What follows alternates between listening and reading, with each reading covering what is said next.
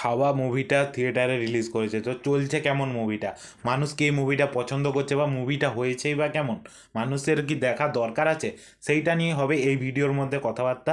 আপনারা কি মুভিটা সাধারণত দেখেছেন বা নাম তো শুনেই থাকবেন ছাওয়া মুভির ব্যাপারে, কারণ যার মধ্যে ভিকি কৌশল লিড রোল প্লে করছে। আমি মুভিটা দেখে নিয়েছি, মুভিটার মধ্যে প্রেজেন্টেশন ভাই, ভিকি কৌশল কি অ্যাক্টিং করেছে এর মধ্যে। অ্যাক্টিং বলে সাধারণত লুকের মধ্যেই অ্যাক্টিং ভেসে আসছে, মুখ দেখলে আপনারা বুঝতে পারবেন কি ও কী লেভেলে অ্যাক্টিং করছে এর মধ্যে। কারণ সম্ভাজি মহারাজকে আপনারা ভিকি কৌশলকে ছাড়া আজকের পর থেকে আর কাউকে চিনতেই পারবেন না।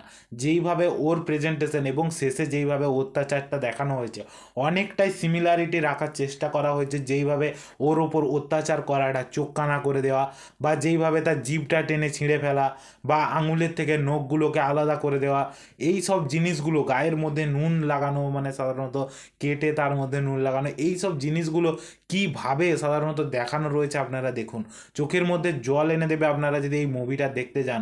তো সেই জন্য আমি বলবো আপনারা একবার হলেও যে মুভিটা দেখুন, কারণ এই টাইপের মুভি আপনারা মিস করবেন না।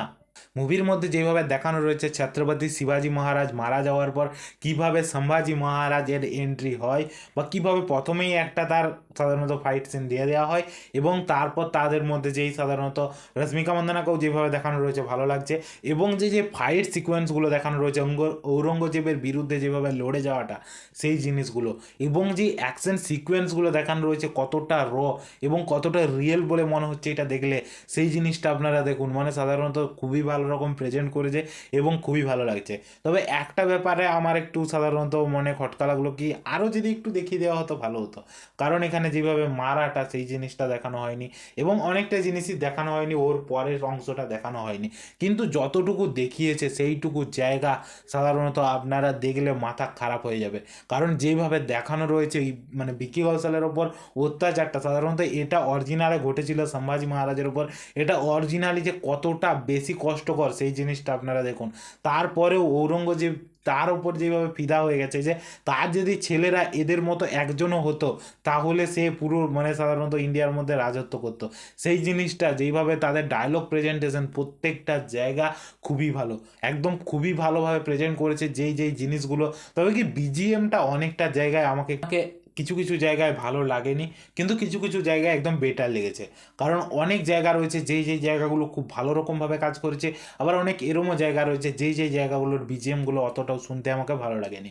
তবে এখানে ভিকি কৌশলের যে রোলটা সেটা খুবই ভালো, যেইভাবে কাজ করেছে সেইটাও খুব ভালো, এবং ভিকি কৌশল ধরা পড়ে যায় কিভাবে, সেই জিনিসগুলো আপনারা যখন দেখবেন সেই জিনিসগুলো।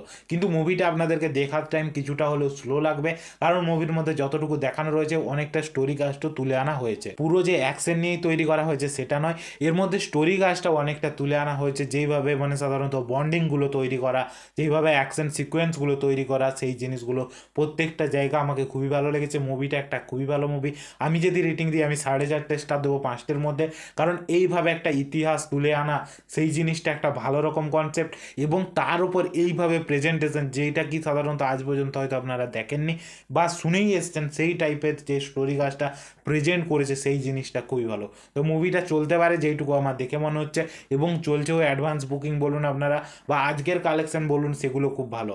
তো আপনাদেরকে কেমন লেগেছে, মুভিটা কি দেখেছেন বা ট্রেলার দেখার পর আপনারা কি দেখার ইচ্ছে আছে, তাহলে অবশ্যই যেয়ে দেখুন। আর যদি আমার ভিডিওটা পছন্দ হয় অবশ্যই একটা লাইক করে দিন, চ্যানেল নতুন হলে তাহলে সাবস্ক্রাইব করে দিন।